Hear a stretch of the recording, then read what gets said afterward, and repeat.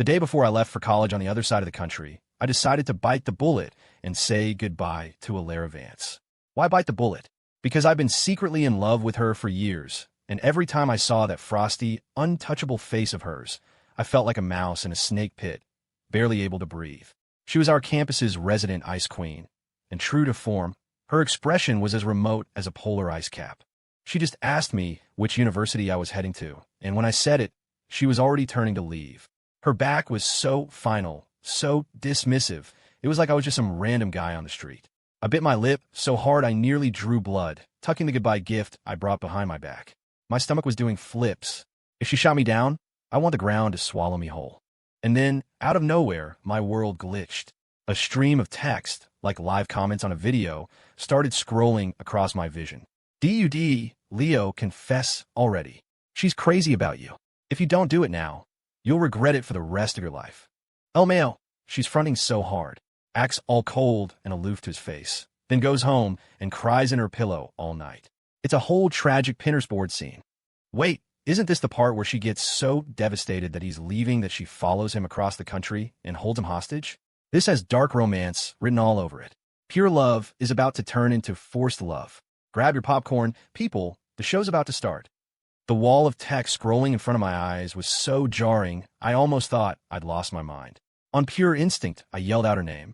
Alara, wait. The sound of my own voice seemed to shake the air. The figure in front of me froze. She turned around slowly, like a scene in a movie, and asked, "Is there something else?" Her face still wore that mask of indifference, but I could have sworn I saw a flicker of tension in her eyes. Must have been my imagination. The scrolling text kept flashing the word confess over and over, a silent roar in my head that drowned out all reason. I gritted my teeth, took a breath, and held the gift out to her. Alara, I'm in love with you. I have been for a long time. The second the words were out, my heart felt like it was going to beat its way out of my chest and land at her feet. Alara's expression froze. The scrolling text stopped. The entire world seemed to fall silent, leaving only the frantic thump, thump, thump of my pulse. Your birthday was a few days ago. I managed a bitter smile, twisting my lips. I got this for you then, but my voice trailed off. If I don't give it to you now, I might never get another chance. I was laying on so thick, I almost made myself tear up. Alara's face was cast in shadow, her expression unreadable. My mind raced. What was she thinking? Was she trying to figure out how to let me down easy, or was she secretly thrilled? I dropped my gaze to the floor, my ears burning hot enough to fry an egg. On the ground, the text feed unfroze and started scrolling again, faster than before. Did my internet just lag, or did I miss something? How did the male lead suddenly grow a spine? Is this the same chicken we all know and love? Same here, totally bugging out. This is a major plot twist. Something's not right. Something is very not right. Based on how hard she's simping for him, shouldn't she be so happy she offers to buy everyone in the airport a first-class ticket? But look at her face. I have a very bad feeling she's about to go nuclear. Dude upstairs, do you remember what happened on Alara's birthday? The male lead ditched her for the second female lead. This plot is more twisted than a pretzel. I remember. She was looking for him to blow out her candles, couldn't find him, and almost had a panic attack. She was probably internally screaming, "My sweet boy, where did you go?" Her birthday. The comments jogged my memory. I remembered it now. I'd spent the whole evening trying to get her attention, talking to her, trying to make her smile, but she'd seemed distracted, her mind a million miles away. I'd gotten so pissed, feeling like a pathetic stray dog, that I'd stormed off with my friend Chloe just to make a point. By the time I'd cooled off and come back, the party was over. Everyone was gone. So, she had been looking for me. Based on my years of reading trashy web novels, Alara was probably going to confess on her birthday. But our hero ran off with another woman.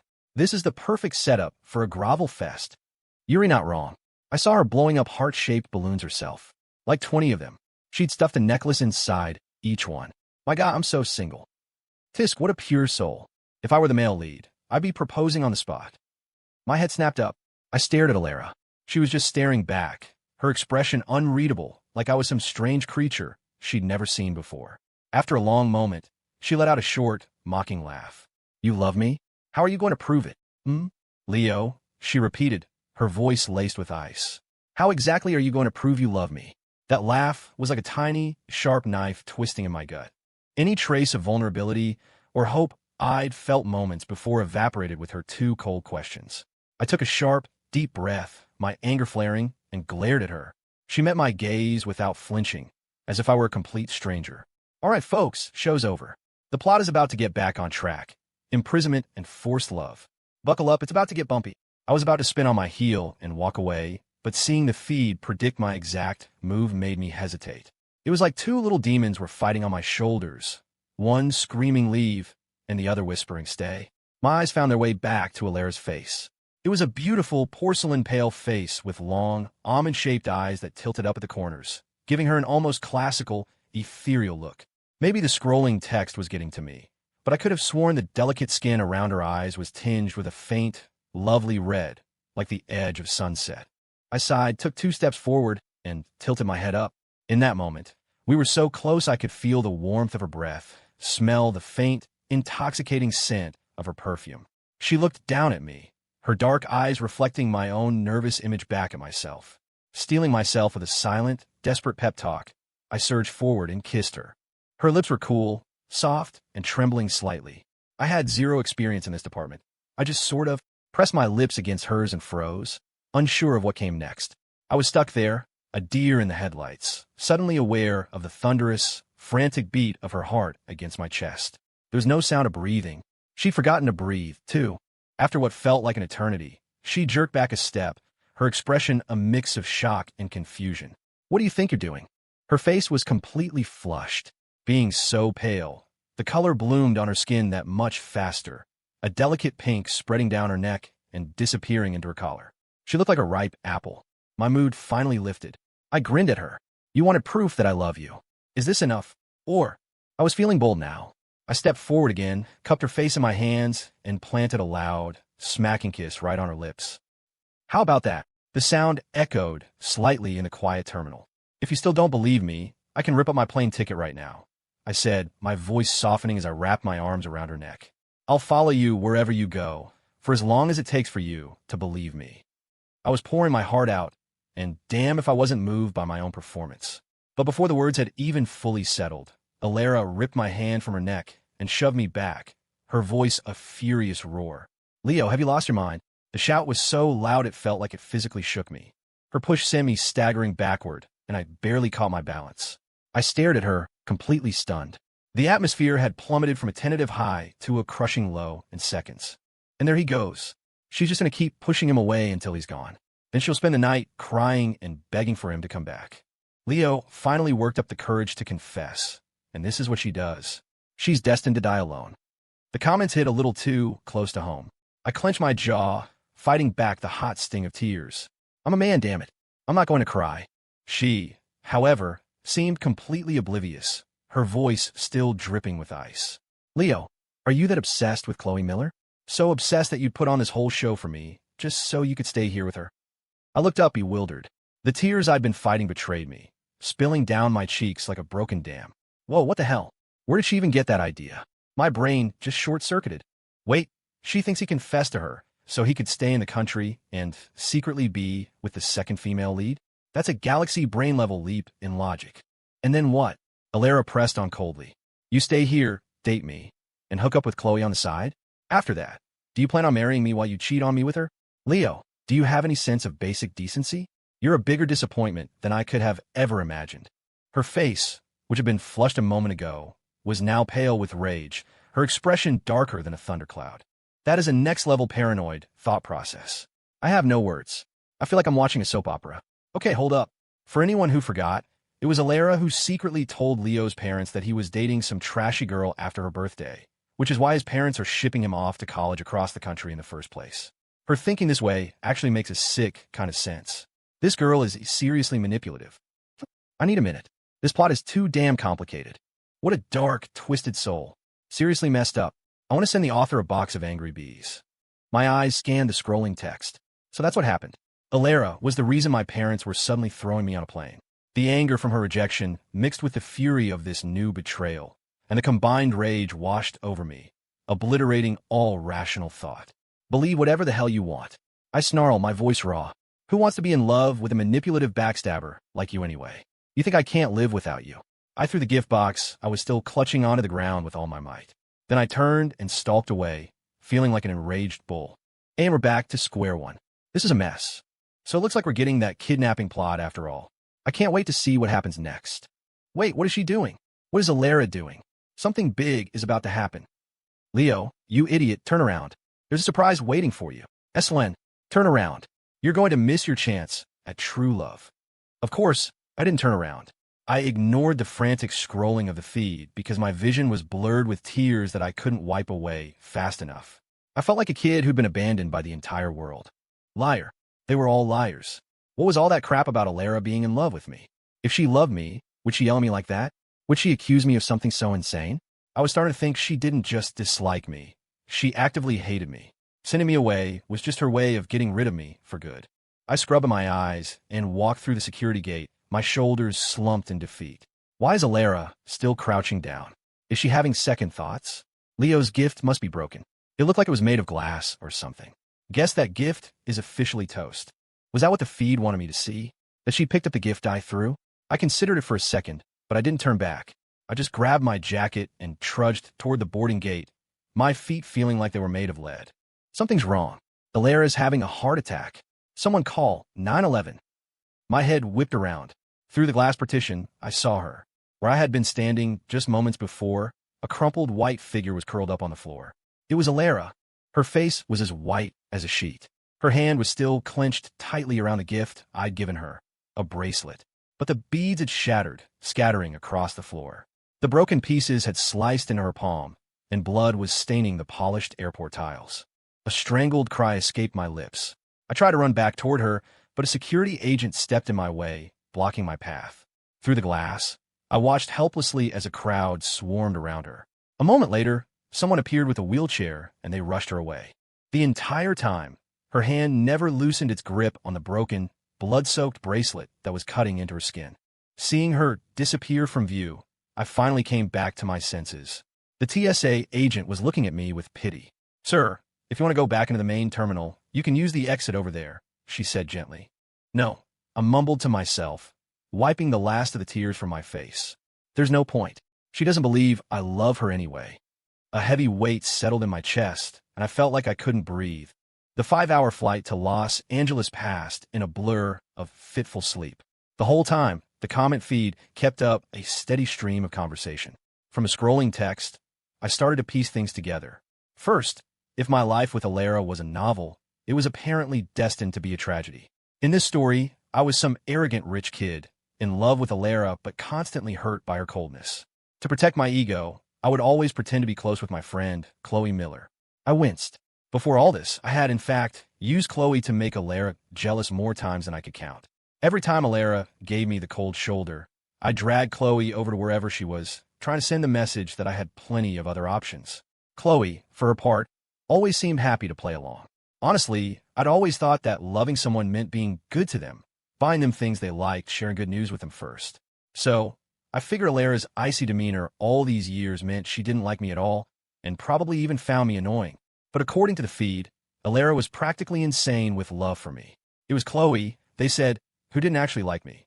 She was just cozying up to me because my family's money meant she could skip about 2 decades of career climbing. The feed also said that Chloe had a childhood sweetheart and that they were the main characters of a different book. Once Chloe achieved the status she craved, she would dump me, the guy she'd used, and go live out her happily ever after with her true love. I didn't want to believe what the feed was saying, but I had to. Looking back, all the pieces fit. My mind was a tangled mess. Staring out the window at the endless sea of clouds, I let out a long sigh. "Oh, look, we made our boy sad. This story is too much. I'm sending the author a glitter bomb." "Leo, don't be sad. It's going to get worse. Just wait until Alara goes full psycho and kidnaps you. Then you'll really be screwed. It's the ultimate dark romance trope." "Stop. You're making me want to cry. 2 people in love. Why can't they just be together? I wish I could just push their heads together and make them kiss." Uffed, because Alara is riddled with insecurities. She thinks her health problems make her unworthy of Leo, so she tries to push him away but can't stand it, and then she sees him with another girl and has a total meltdown. I swear, this girl is a walking contradiction. You can't really blame her for being emotionally stunted. She was raised by that cold-as-ice grandmother of hers. She never learned what love is, only possession. But then subconsciously, because she loves Leo, she can't bring herself to possess him, so she just ties herself in knots until she breaks. It's actually really sad when you think about it. Reading that last comment, I suddenly remembered Alara when we were kids. When I saw her again, my eyes immediately filled with tears. I felt like a lost puppy who'd finally found its owner. I ran to her, crying and shouting, "I missed you so much. Do you have any idea how miserable I've been?" I expected her to hug me back, to ruffle my hair affectionately like she used to. Instead, her body went rigid. She took a tiny, almost imperceptible step backward. It was a small movement, but it created a chasm between us. She offered me a polite, distant smile, her eyes devoid of their former warmth. She looked at me as if I were just some acquaintance she'd recently met. All the joy I'd felt was doused by a bucket of ice water, replaced by confusion and anger. Where was the Alara I knew, the one I could talk to about anything? How had she become such a stranger in such a short time? From that day on, our relationship changed completely. Every time we met, it was a battle of sharp words and cold glares. The beautiful memories we shared seemed buried under a thick layer of ice. Things got even more complicated when Chloe Miller showed up. Chloe always seemed to be maneuvering herself between me and Alara. Her presence made Alara's moods even more volatile. Sometimes just seeing me talk to Chloe was enough to make Alara turn on her heel and walk away. Other times, she'd lash out at me for no apparent reason. Her unpredictable behavior just made me more confused, more curious, and more determined to figure out what was going on inside her head. Sitting on the plane, staring out at the endless clouds, I replayed every moment I'd ever spent with her. After landing at LAX, a thought struck me. I pulled out my phone and quickly typed out a text to my grandfather. "Grandpa, back when I was in middle school, was Alara sick or something?" A moment later, his reply came through. "Yes, she was having heart surgery around that time. She made me promise not to tell you. I remember you were so upset for weeks." He sent another text. "Little Alara wasn't well for a few years there. I once caught her crying by herself, saying she was afraid you'd be sad if she died. You two were so close back then. It's a shame you grew so distant." Reading my grandpa's messages was like a light switching on in a dark room. All my questions were answered. Her distance, her coldness. It wasn't because she didn't love me. It was because she loved me so much she was terrified of hurting me. But I was still curious. What had happened to make her so extreme, to the point where she would even consider kidnapping me? Thinking about it, a strange sense of anticipation bloomed in my chest. I was excited to unravel this mystery, excited to find our way back to what we used to be. Is it just me, or is our boy suddenly fired up? Holy crap, this is getting good. Kidnapping countdown initiated. Reading the comments, my heart started to pound with a thrilling mix of anxiety and excitement. Seeing that comment, I subconsciously straightened my back, my eyes wide with a mixture of shock and delight. I was shocked that Alara, fresh out of surgery, would immediately go out and buy an entire estate. That kind of decisive, dramatic move was classic her. But I was also delighted because if she had the energy for that, she must be recovering well. A weight lifted from my chest. As for the kidnapping part, I secretly shook my head. It seemed impossible. She'd been so cold to me. She'd rejected my confession. Why would she suddenly want to lock me away and possess me completely? I just couldn't wrap my head around it. I left the airport, dragged my suitcase to my new dorm, and before I could even sit down, my phone rang. It was a friend from back home. "Leo, you are not going to believe this," he said, his voice buzzing with gossip. "As soon as Chloe Miller heard your parents were sending you to LA, she went straight to them. Swore up and down that she would never give up on you. And get this, your parents were at the hospital visiting Alara at the time. Alara had just woken up from surgery when Chloe marches in and tells her parents she'll marry no one but you. She even used Alara as an example, saying life is fragile and you have to seize the person you love." I groaned and rubbed my forehead. What the hell was Chloe playing at? Alara's face went completely white, my friend continued. She didn't say a word, just ripped the 4 out of her arm, ran up to the hospital's helipad, and demanded a flight to Los Angeles. After I hung up, I let out a helpless sigh. This was more dramatic than a TV show. I had no idea if Alara was just provoked by Chloe's theatrics or if the whole life is fragile speech actually hit home. But either way, her reaction was massive. But whatever the reason, if it meant she was finally ready to face her feelings and be with me, I was more than happy. Filled with a new sense of hope, I headed on to campus. I was walking out of my first lecture, clutching a stack of course materials, when the scattered, lazy comments on my feed suddenly exploded with excitement. "She's here. Well, look at you, Alara. Barely out of your hospital bed and already hiding in the bushes for your man. Fresh from surgery, a cross-country flight, and buying an entire estate. And now she's here without even sleeping. Alara, with this kind of determination, you could conquer the world." My heart clenched. I instinctively scanned my surroundings, and sure enough, Behind a large oak tree not far away, I saw a familiar figure. It was Alara. She was wearing a simple white sundress, her hair tied back casually. Her face was still pale, but her eyes were burning with an unmistakable intensity. I was just about to walk over to her when my phone buzzed in my pocket. I glanced down and saw the name on the screen. Chloe Miller. At that exact moment, out of the corner of my eye, I saw Alara's expression darken. The light in her face vanished as if eclipsed by a storm cloud, and the air around her turned frigid. With a sigh, I tucked my papers under my arm and answered the call. Leo, I'm so sorry. I'm sorry you had to go through that. Chloe's voice was as gentle and polite as ever, but right now, it just grated on my nerves. Go through what? What are you talking about? I was completely lost. Chloe paused for a beat. You don't have to hide it from me. I heard all about it. That you were so desperate to stay in Chicago with me that you even confessed to Alara. I was speechless. What in the actual hell? When did I ever say I confessed to Alara to be with her? I was about to set her straight when the feed exploded. LMAO, she actually believes IT. Okay, let's place our bets. What's our next move? I ignored the feed and opened my mouth to correct Chloe, but she cut me off. Leo, even though you couldn't stay, don't worry. I'm going to work my butt off and apply to UCLA. I'll come join you. You just wait for me. She hung up, leaving me standing there, phone in hand, utterly baffled. Oh, so that's her angle.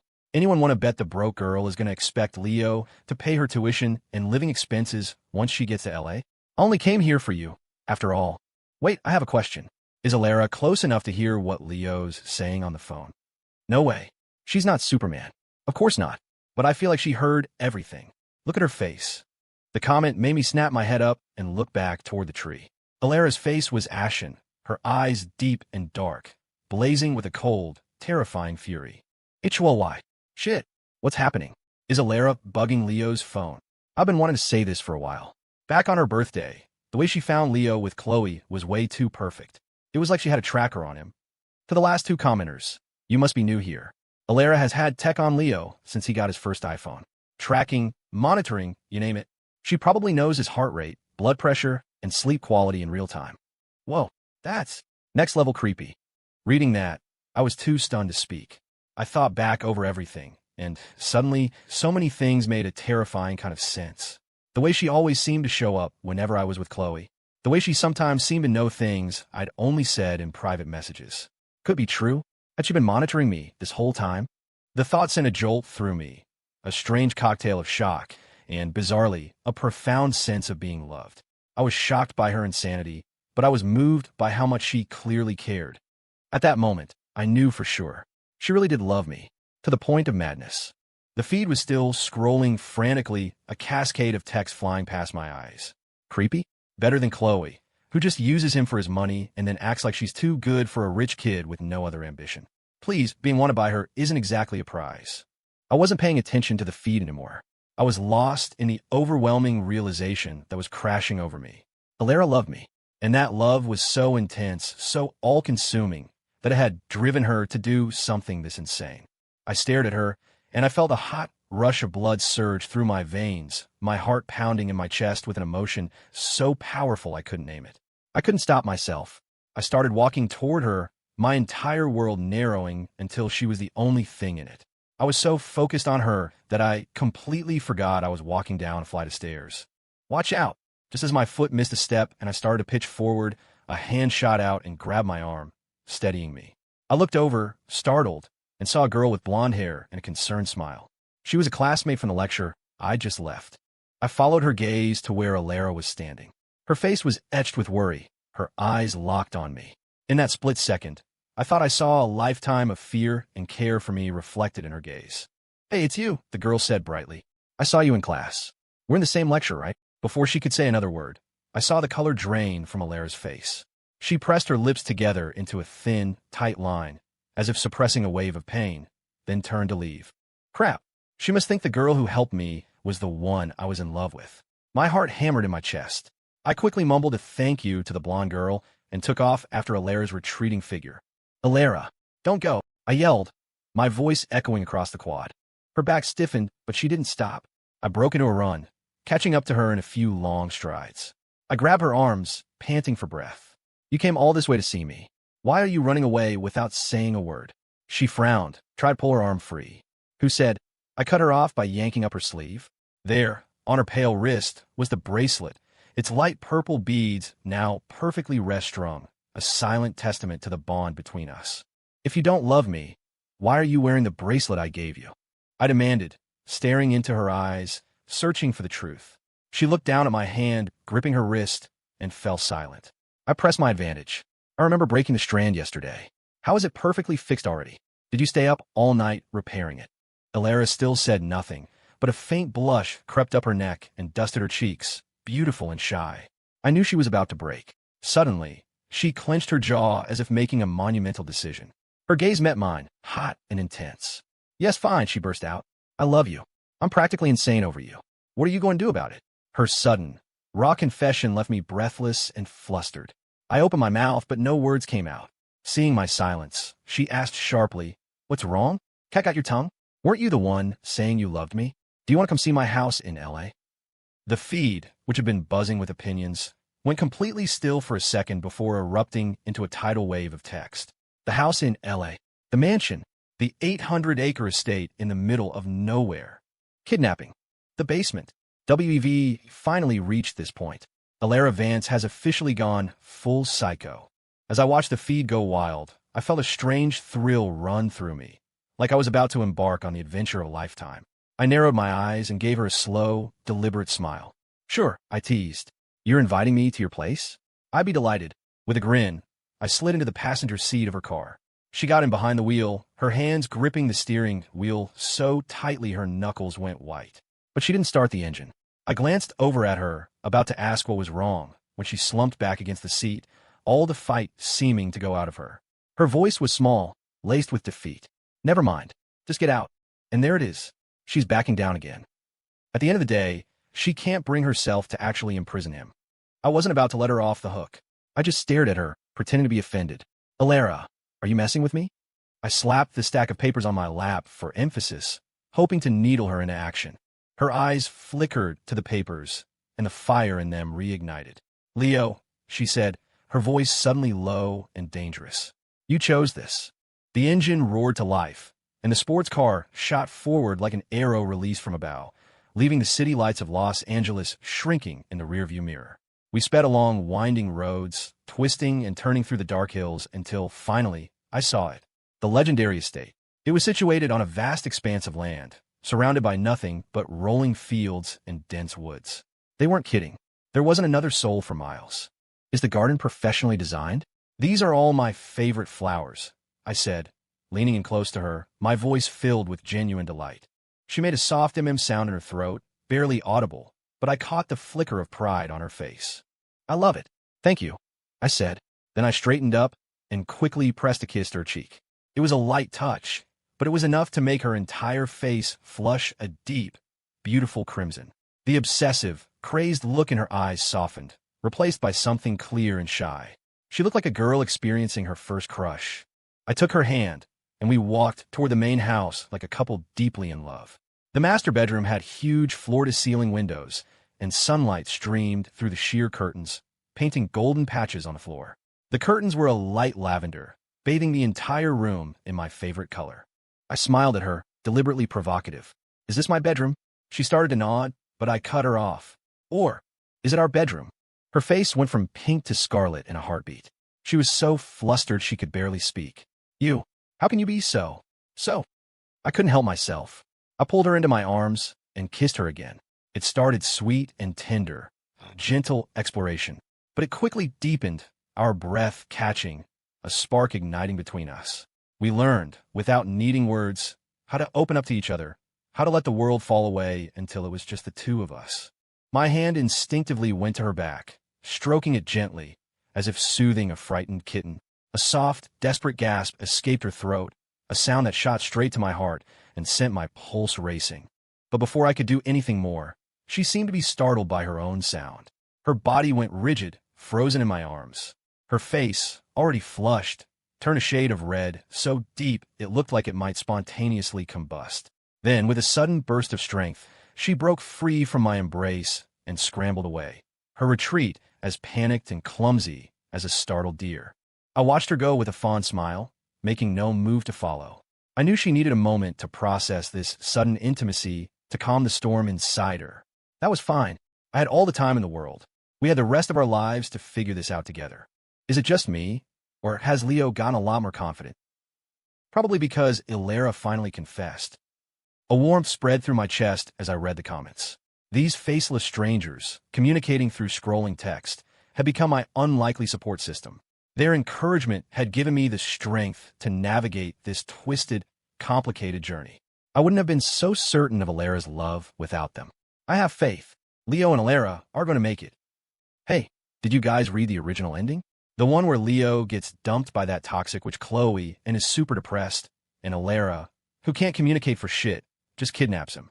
I think the logic was that Ilera wanted Leo to be happy, but when she saw that Chloe was a terrible person, she figured he'd be better off with her. But by then, Leo didn't love Ilera anymore and was repulsed by her, so she figured her only option was to lock him up first and work it out later. Don't remind me, I'm gonna cry. Leo refused to give in and starve himself to death. Then Ilera went completely insane and killed herself while holding his body. And because the estate was so remote, nobody found their bodies for years. They just turned to skeletons locked in an embrace. As the feed painted the picture, I could almost see it, that heartbreaking finale in another timeline. And honestly, I wasn't surprised. Without this strange, omniscient insight into her love for me, if she had suddenly locked me away, my pride would have absolutely led me to do something that drastic. But this time was different. This time, I knew without a doubt that she loved me, and I loved her. I made a silent vow to myself. We were going to get our happy ending. My gaze drifted out the window to the fields of lavender swaying in the breeze, a vast, calming sea of purple. A sense of peace settled over me. And then, the shrill ring of my phone shattered the quiet. It was my mother. Hey, Mom. I answered, my voice light. Her voice came through the speaker, laced with worry. Leo, honey, I'm telling you, Chloe Miller is not the right girl for you. Please don't let her fool you. I chuckled. I know, Mom. I was never going to be with her. Mom, I continued, a happy smile spreading across my face as I pictured Ilera. What do you think about me marrying Ilera? I really, really love her. We could have the wedding in the garden of her grandmother's old house, where we first met. We have so many good memories there. I was lost in a pleasant daydream about our future when my mother's tone suddenly turned sharp. Leo, I know you're clever, but don't use that cleverness to manipulate your father and me. Are you really that obsessed with Chloe? So obsessed you'd enter into a sham marriage with Ilera just to get back here? Do you have any idea how much that would hurt her? I was stunned. Mom, what are you talking about? I'm serious about Ilera. I've never thought about using her, and I have zero interest in Chloe. There was a pause on the other end, then a resigned sigh. Just be careful, Leo. And she hung up. I stared at my phone, half wanting to laugh, half wanting to cry. Convincing my mother that my feelings for Ilera were real was going to be an uphill battle. FYI, Ilera heard every word of that phone call. Look at her face. I think she believes Leo is just using her to get what he wants again. Oh, that poor, insecure woman. I sighed. It seemed convincing Ilera I loved her was going to be just as challenging. Later that night, I was lying in the huge, soft bed, the only sounds the chirping of crickets outside. As I drifted off, I sensed a figure standing silently by the bed. I cracked open my eyes and saw it was Ilera. Reassured, I reached out, grabbed her hand, and mumbled sleepily, "What are you doing just standing there? Get it." Her breath hitched. She didn't move. I was too tired to care. I just held on her hand and fell back into a deep sleep. In the hazy space between dream and reality, I thought I heard her ask, her voice tight with anger and hurt, "Who do you think I am?" But I was too far gone, muttering something incoherent before sleep claimed me completely. The next time I woke up, I was no longer in the bedroom, and the feed was exploding like fireworks. HE's awake. Congratulations, Leo, you've been kidnapped. He couldn't escape it, after all. Ah, the cruel twists of fate and love. Why, yes, the dungeon. We're all doomed. I sat up slowly and looked around. This wasn't a dungeon. It was a luxurious, fully furnished studio apartment. It was spacious and bright, with a kitchenette stocked with food, shelves full of games and books, and a TV on the wall that was bigger than the one in my living room back home. As I was taking it all in, Ilera appeared in the doorway. Her eyes darted around, unable to meet mine. She looked like a kid who'd been caught with her hand in the cookie jar, radiating guilt and anxiety. El Mayo, Ilera, you did the crime. At least have the guts to look him in the eye. That's right, punk. You scared to look your man in the face. I smiled at her. What's all this? I asked, my tone light and teasing. Keeping me in a gilded cage? She shuffled toward me, her head bowed, refusing to look up. She didn't say a word. You know, if you're going to keep me locked up, that's fine, I said, reaching out and taking her hand. I swung it back and forth gently, trying to soothe her. But you have to come see me every day, and you have to stay with me at night. I get lonely. Also, if you're keeping me here forever, you have to promise to take care of my parents for me. Her head snapped up, her eyes wide with disbelief. She clearly hadn't expected this reaction. Oh, and one more thing, I said, giving her a suggestive look and a wicked grin. Since you love me enough to lock me up like this, does that mean we can? Unfortunately, the hint went straight over her head. She just stared at me blankly, her innocent confusion making me want to laugh and scream at the same time. I lost my patience. I grabbed her arm and pulled her onto the bed. She yelped in surprise and began to struggle, flailing her arms and legs, letting out panicked little squeaks. I easily overpowered her, pinning her beneath me and leaning down close. At first, she fought back, but after a moment, she went completely still, her body rigid as a board. The skin of her neck and shoulders began to glow with a faint, lovely pink, like clouds at sunset. What happened? Why did my screen go black? Dude, what do you think is happening? They're doing things you can't show on stream. The audio is gone too? This is intense. I can't believe this is their happy ending. They're both just complete lunatics. You know what they say? There's a lid for every pot. I'm starting to think the more Alara stalks, tracks, and imprisons Leo, the more turn on he gets. Lock it down. These two psychos deserve each other. In our subsequent encounters, she gradually relaxed, even learning to take the initiative. After a while, I was completely exhausted. Down here, in this dark, quiet space, I lost all track of day and night. Time became a blur. Finally, I wrapped my arms tightly around Alara and fell into a deep sleep, my body a furnace warming her cool skin. Sometime later, the warmth in my arms disappeared. I mumbled a complaint in my sleep, but I was too tired to wake up, just rolling over and sinking deeper into oblivion. In the back of my mind, I felt a pair of eyes watching me in the darkness, a gaze that felt safe and familiar. Then, a pair of soft arms wrapped around me, pulling me into a warm embrace. I curled up like a bird returning to its nest and fell asleep again. Content. The lock on the basement door clicked shut, leaving behind only a soft, quiet sigh that seemed to hold a universe of love and tenderness. I don't know how long I slept, but when I finally woke up, I was back in the sun-drenched bedroom upstairs. The warm sunlight felt like Alara's gentle touch on my face. I walked out of the bedroom and found her in the living room, typing furiously on her laptop. When she heard my footsteps, her head snapped up. Our eyes met, and a look of panic flashed across her face like a child caught doing something she shouldn't. She quickly looked away, then her gaze fell to my bare feet. She frowned, her voice laced with a gentle scolding. Put your slippers on. I decided to be difficult, drawing out my words in a playful whine. But I can't find them. The slippers were, of course, right next to my feet. She let out a resigned sigh, stood up, and walked over to me, pulling me into a hug. I took the opportunity to plant a loud, smacking kiss on her cheek. She blushed as we sat down on the couch together. She then found the slippers and put them on my feet for me, muttering, "You're such a handful. How is it that after everything we've done, you still blush so easily?" I laughed, gently poking her rosy cheek. She dodged the question, her eyes darting away. "After you eat, I'll take you to class." I wasn't letting her off that easily. I grabbed the hem of her shirt like a petulant child. "So, you're not going to keep me locked up forever and ever?" A look of guilt washed over her face. She looked down, her voice barely a whisper. "I'm sorry." I couldn't help but laugh. I reached out and tweaked her nose. "Alara, you call that kidnapping? Real kidnapping involved chains and a dark room and no food. What you did was, at best, a failed attempt at keeping me in a gilded cage. And what we did last night, that was just a one-night stand." As I said it, a horrifying thought occurred to me, and my playful expression vanished. "Oh my God," I said, my voice filled with genuine alarm. "We didn't use anything last night. What if I got you pregnant?" The light in her eyes instantly died. Her face went slack, and she slumped back against the couch, completely silent. And she's spiraling again. I swear, Alara has the worst insecurity complex I've ever seen. It's more than a complex. It's a black hole of self-doubt. You just know that right now she's thinking that Leo doesn't want to have a baby with her, which means he doesn't really love her. Alara finally spoke, her voice flat and slow. "Don't worry. I had a sterilization procedure. I won't." I was still caught up in my own train of thought and didn't notice the change in her expression. "I wonder who the baby would look more like, you or me?"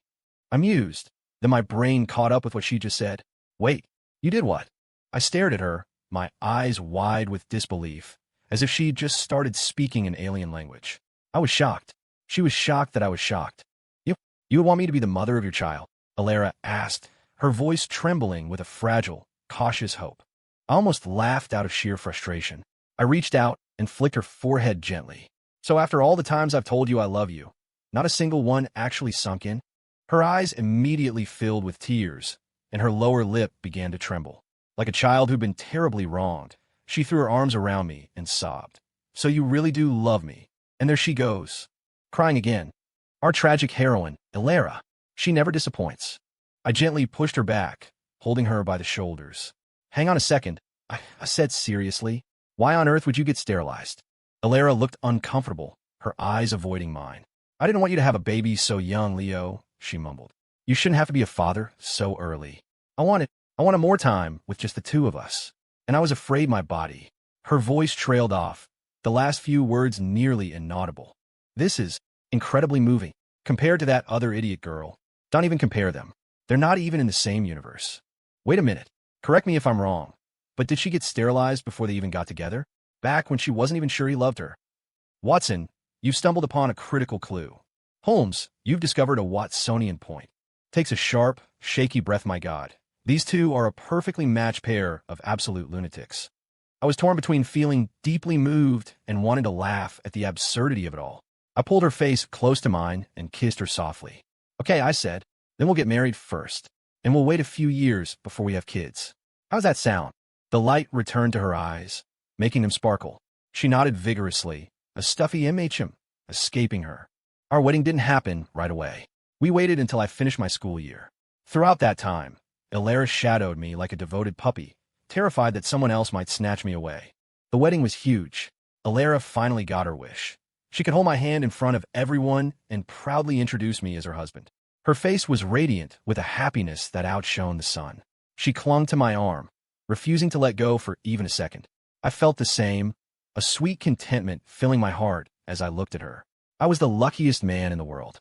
The comment feed was still there, but I had a feeling that after today, I wouldn't be able to see it anymore. I finally made it to the finale.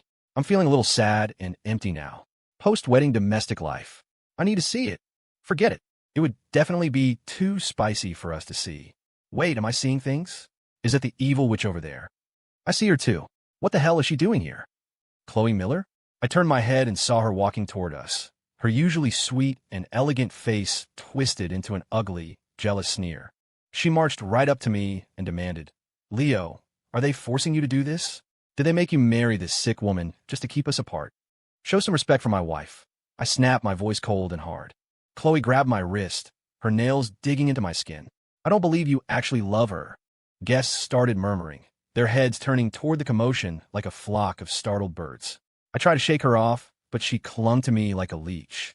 I know the truth, Leo, she shouted, her face flushed and blotchy. I know you're miserable. You're just biding your time. You wait for me. Once I have power of my own, I'll come back for you. I don't mind that you're divorced. I was utterly furious. I finally wrenched my arm free, leaving red marks on my skin. Let go of me. Who the hell would want to be with you? Thwack. It was Alara. Like a protective lioness, she had swung her fist and clocked Chloe right in the face. Get her out of here, Alara said, her voice dangerously calm, her eyes glacial. Security guards materialized, grabbing the still shrieking Chloe and dragging her away like a sack of potatoes. Her protests faded as they escorted her out. Alara frowned, examining the faint red marks on my arm. It's fine, I soothed her. Then I couldn't resist a tease. It's nothing compared to your handiwork. A kiss from you leaves a mark for a week. I gestured toward the faint love bite still visible on her neck. Her face flushed a delicate pink. She shot me a playful glare and took my hand. Come on, the ceremony is about to start. I smiled at her. How come you didn't get jealous this time? She took my hand and placed it over her heart, letting me feel its strong, steady beat. Because I know you love me, she said, her voice full of a deep, unshakable certainty. She looked ahead, toward the large screen on the stage that was now playing a slideshow of photos of us from childhood to the present day. There were thousands of them, enough to play for days without repeating, each one a memory we shared. I let out a soft, I know it too, she whispered, bringing the back of my hand to her lips, the touch soft and warm. Alara, I said suddenly. Yes, she answered, her voice dripping with affection. After the wedding, I began feeling my face grow hot. Can we have our wedding night in the basement back at the estate? She turned to look at me, a flicker of surprise in her eyes, which was quickly replaced by a slow, wicked grin. Of course, she purred. Just don't regret it. I have no words. So they're really turning the kidnapping into a BDSM thing. Huh. Okay, whatever makes you two happy. Right, I've left my wedding gift. I'm out of here. I have an 8 a.m. class tomorrow. Leo, Ilara, my sweet, crazy children, you have to be happy. I smiled, a silent promise forming in my heart. Oh, we will be. The end.